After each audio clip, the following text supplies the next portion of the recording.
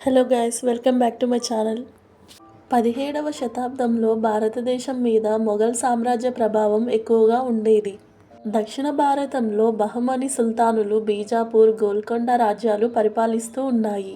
విదేశీయులు వ్యాపారం పేరుతో తమ ప్రభావాన్ని పెంచుకుంటూ వెళ్తున్నారు. ఇలాంటి పరిస్థితుల్లో ఒక యువకుడు హైందవీ స్వరాజ్యం అనే లక్ష్యంతో భారతదేశ చరిత్రనే మార్చేశాడు. అతనే ఛత్రపతి శివాజీ మహారాజ్. శివాజీ మహారాజ్ ఫిబ్రవరి 19, 1630లో శివరేణికోటలో జన్మించాడు. ఆయన తండ్రి షాహాజీ భోస్లే బీజాపూర్ సుల్తానులతో పనిచేసే సామంతుడు. తల్లి జీజాబాయి. చిన్ననాటి నుంచే రామాయణం, మహాభారతం కథల ద్వారా నాయకత్వ బుద్ధిని నేర్పించింది. యుద్ధ విద్యలు, గొరిల్లా యుద్ధతంత్రం, వ్యూహరచన తన చిన్నతనం నుంచే నేర్చుకుంటూ వచ్చాడు. శివాజీ మహారాజ్ 16 ఏళ్ల వయసులోనే తోర్నకోటను తన వ్యూహరచనంతో స్వాధీనం చేసుకున్నాడు. రాజ్గఢ్ని తన మొదటి రాజధానిగా పొందాడు. 1645వ సంవత్సరంలో శివాజీ మహారాజ్ బీజాపూర్ సుల్తాన్లకు వ్యతిరేకంగా తిరుగుబాటు చేశాడు.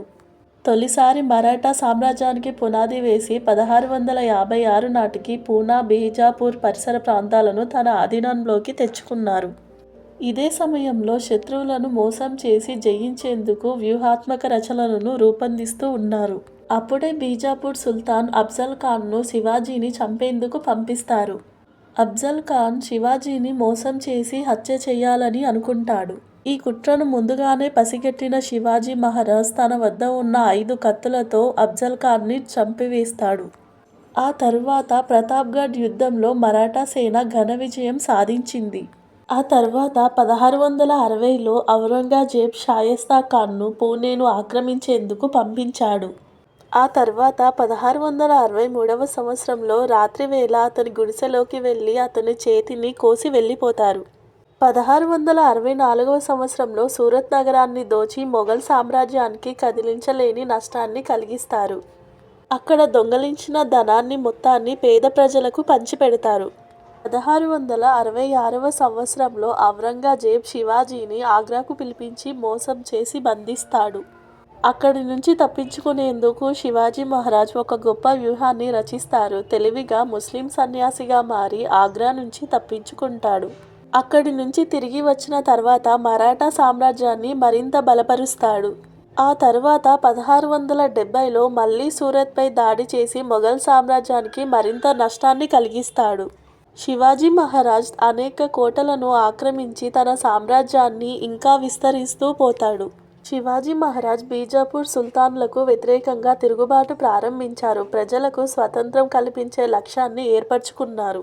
1656 నాటికి పూణే, సత్తరా, కొంకణ్ ప్రాంతాలను తన ఆధీనంలోకి తెచ్చుకున్నాడు. తండ్రి షాహాజీ మరణం తర్వాత మరింత ధైర్యంగా ముందుకెళ్లాడు. ఆ తర్వాత 1674లో రాయగఢ్ కోటలో ఛత్రపతిగా పట్టాభిషేకం జరిగింది. హైందవీ స్వరాజ్యం అని అధికారికంగా ప్రకటించాడు. సైనిక వ్యవస్థ, నావికాదళం, ఆదాయ వ్యవస్థ, ప్రజా సంక్షేమం అభివృద్ధి చేశాడు. 1680వ సంవత్సరంలో అనారోగ్యంతో శివాజీ మహారాజ్ మరణించారు. ఆయన వారసులుగా సంభాజీ మహారాజ్ పాలన చేపట్టారు. ఛత్రపతి శివాజీ మహారాజ్ చూపించిన మార్గంలో మరాఠా సామ్రాజ్యాన్ని భారతదేశ చరిత్రలో స్థిరస్థాయిగా నిలిచింది. మొఘల్ సామ్రాజ్యానికి వ్యతిరేకంగా స్వతంత్ర రాజ్యం స్థాపించిన గొప్ప నేత. గురిల్లా యుద్ధతంత్రాన్ని విస్తృతంగా ఉపయోగించి అనేక విజయాలను సాధించాడు. న్యాయమైన పాలన, ధర్మాన్ని పాటించిన రాజు. ఆధునిక భారతదేశానికి స్ఫూర్తిదాయకమైన నాయకుడు. ఈరోజు ఛత్రపతి శివాజీ మహారాజ్ గారి జయంతి.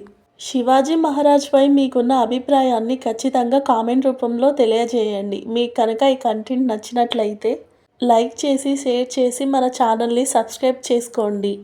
హర హర మహాదేవ్.